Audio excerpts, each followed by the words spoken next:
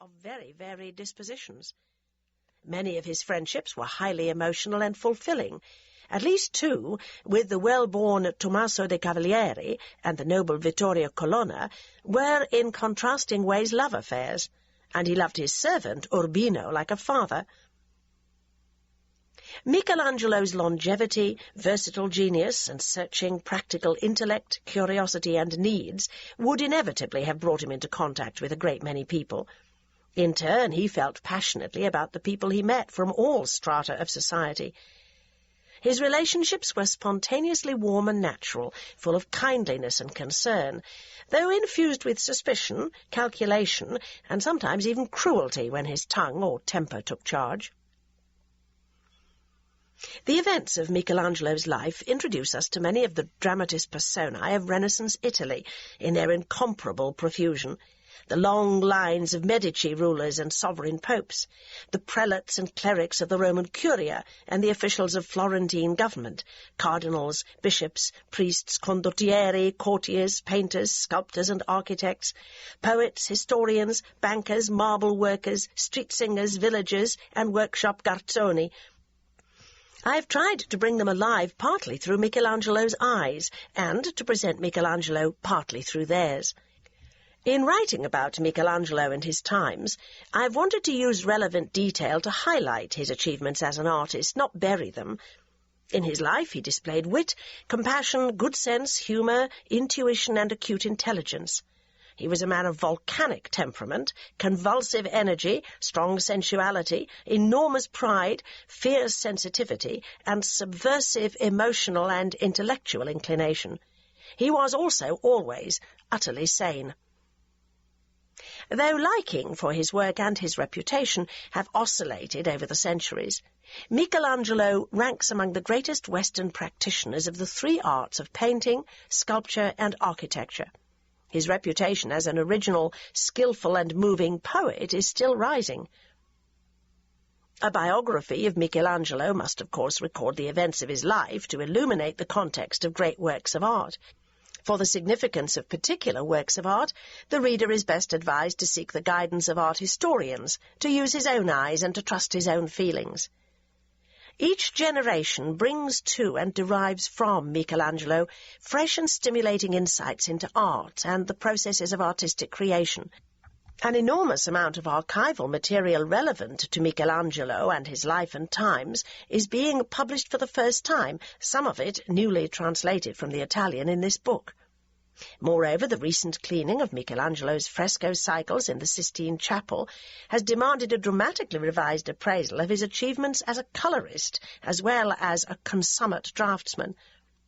Again, reappraisals of the historical context of Michelangelo's achievements, for example, the view of the so-called Counter-Reformation as parallel to the Lutheran Reformation in its yearning for spiritual renewal rather than simply in stark opposition, put Michelangelo's own religious sensibilities and much of his work in a radically altered historical framework. Anyone writing a life of Michelangelo today also has the advantage of being able to discuss his sexual orientation without evasion or embarrassment.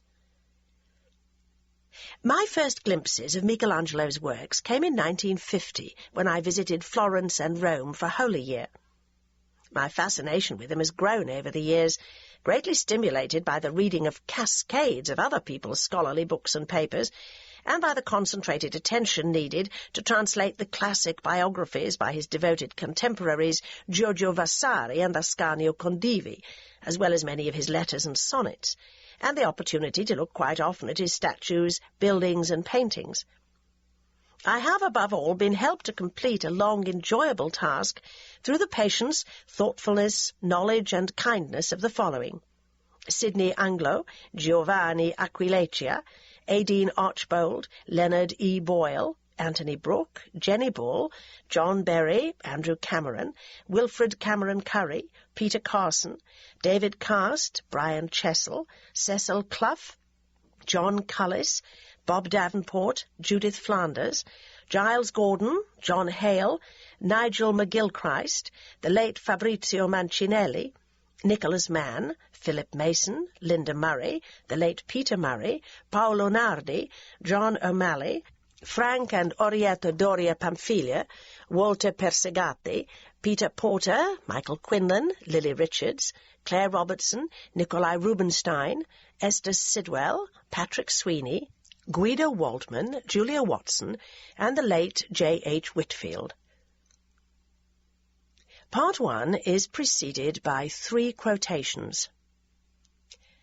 So to one tomb he gave night and day, and to the other dawn and evening.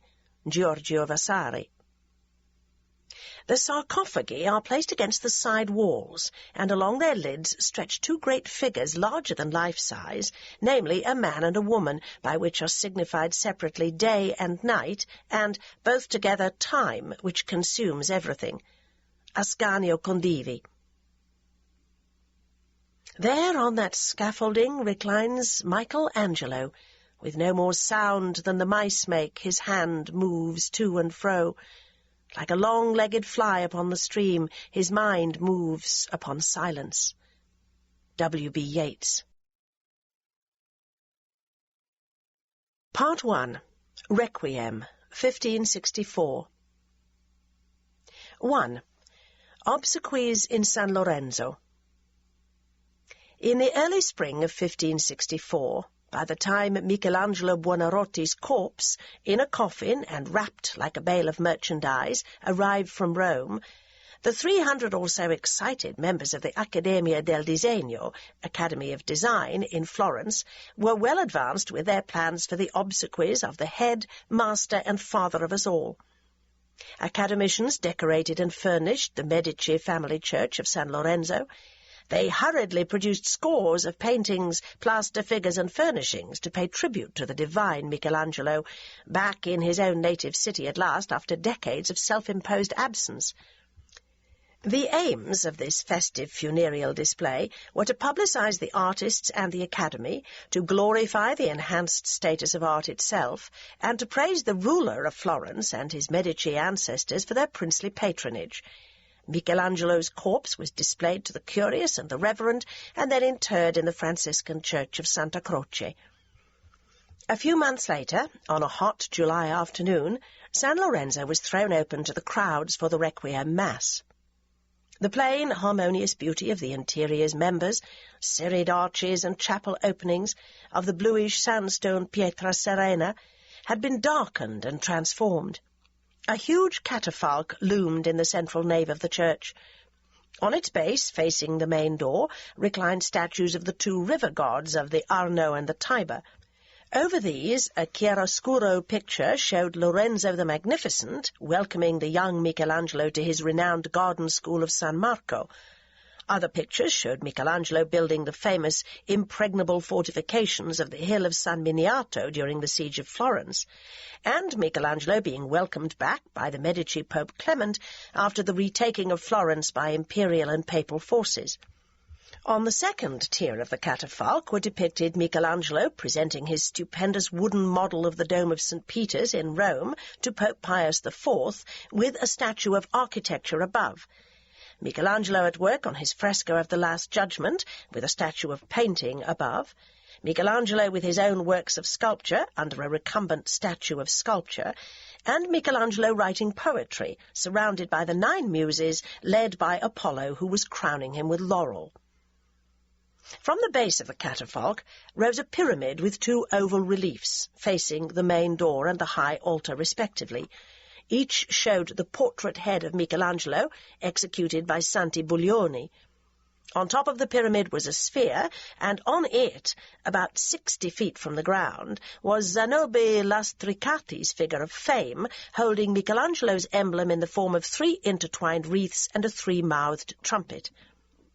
Black cloth hangings along the chapels throughout the church set off another series of paintings of events attesting to Michelangelo's preeminence in life and the hereafter. There were also various representations of death, among them a skeleton who had thrown his scythe to the ground and was weeping for the loss he had inflicted on mankind. As candles flickered around the catafalque and the altar, the scholar and writer Benedetto Varchi gave an address crammed with fashionable conceits, eulogizing the works and life of the divine Michelangelo to the immense congregation. Michelangelo had been a recluse, a scholar,